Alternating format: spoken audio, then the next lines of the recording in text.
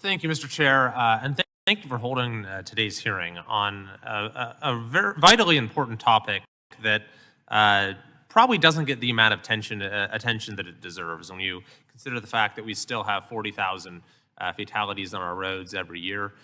This is, one of the leading, if not the leading cause of preventable deaths in this country, and these are tragedies that strike folks of all backgrounds, of all ages, and happen suddenly and cause, cascading amounts of grief for those who are close to them. So it should be a absolutely leading priority of this committee and of our government at all levels to do everything possible to reduce these tragedies. And I was reading through all of the testimony for today's hearing, and there's a lot of great work being done by your various associations.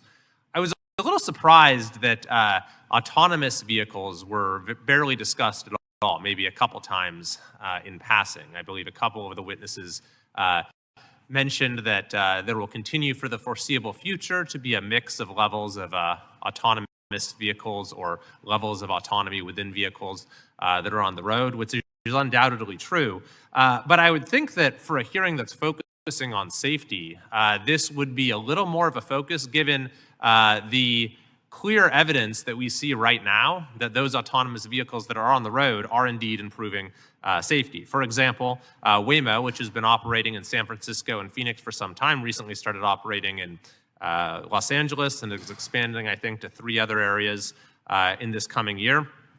Data shows that over 33 million miles driven in Phoenix and San Francisco, the Waymo vehicles have had 81% fewer airbag deployment crashes, 78% fewer injury-causing crashes, 62% fewer police-reported crashes. There was a study done by an insurance company that found that with Waymo autonomous vehicles, there were 88% fewer property damage claims and 92% fewer bodily injury claims.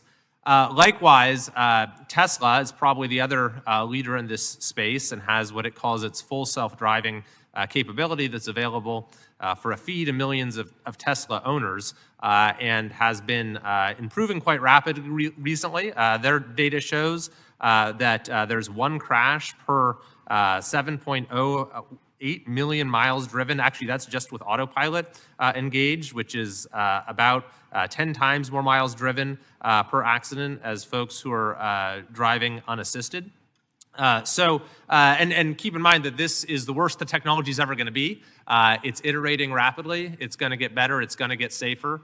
And it holds the vast potential to reduce the number of fatalities on our road to really minimal levels. So I guess my question, and I'll just throw this out to any witness who would like to answer it, is shouldn't encouraging the adoption of autonomous vehicle technology for more drivers, especially as the technology improves, not just be one facet of our transportation planning, but really be a major imperative of U.S. transportation policy?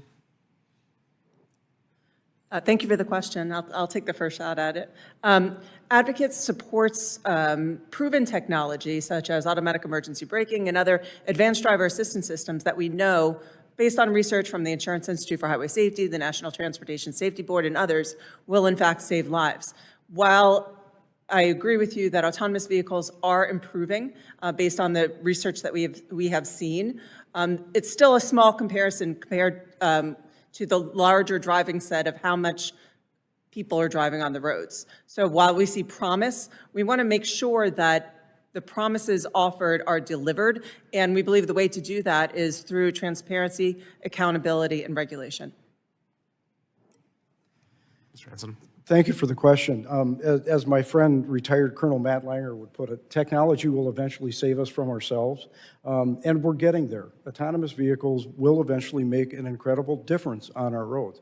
I would agree that we're not quite there yet, and I think the thing that is lacking is that overall federal guideline that everybody follows, much like the Federal Motor Vehicle Safety Standards as applied to connected and automated vehicles. That's the missing link that we really need to look at right now. Can you just expound a little bit? I know you're short on time on what that should look like.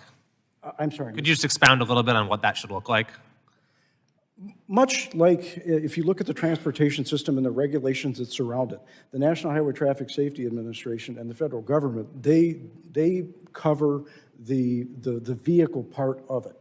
The states then have their traffic safety laws. If you look at how traffic safety laws developed in the early part of the 19th century, every state had their own code. Many of them conflicted with each other. Well, the federal government had to step in and develop a more uniform code that all of the states would abide by, and then the feds took over through NHTSA, or whatever the body was at that time, the design parameters and the safety parameters for the vehicles that use that infrastructure. Thank you. I yield back. Ms. Gill.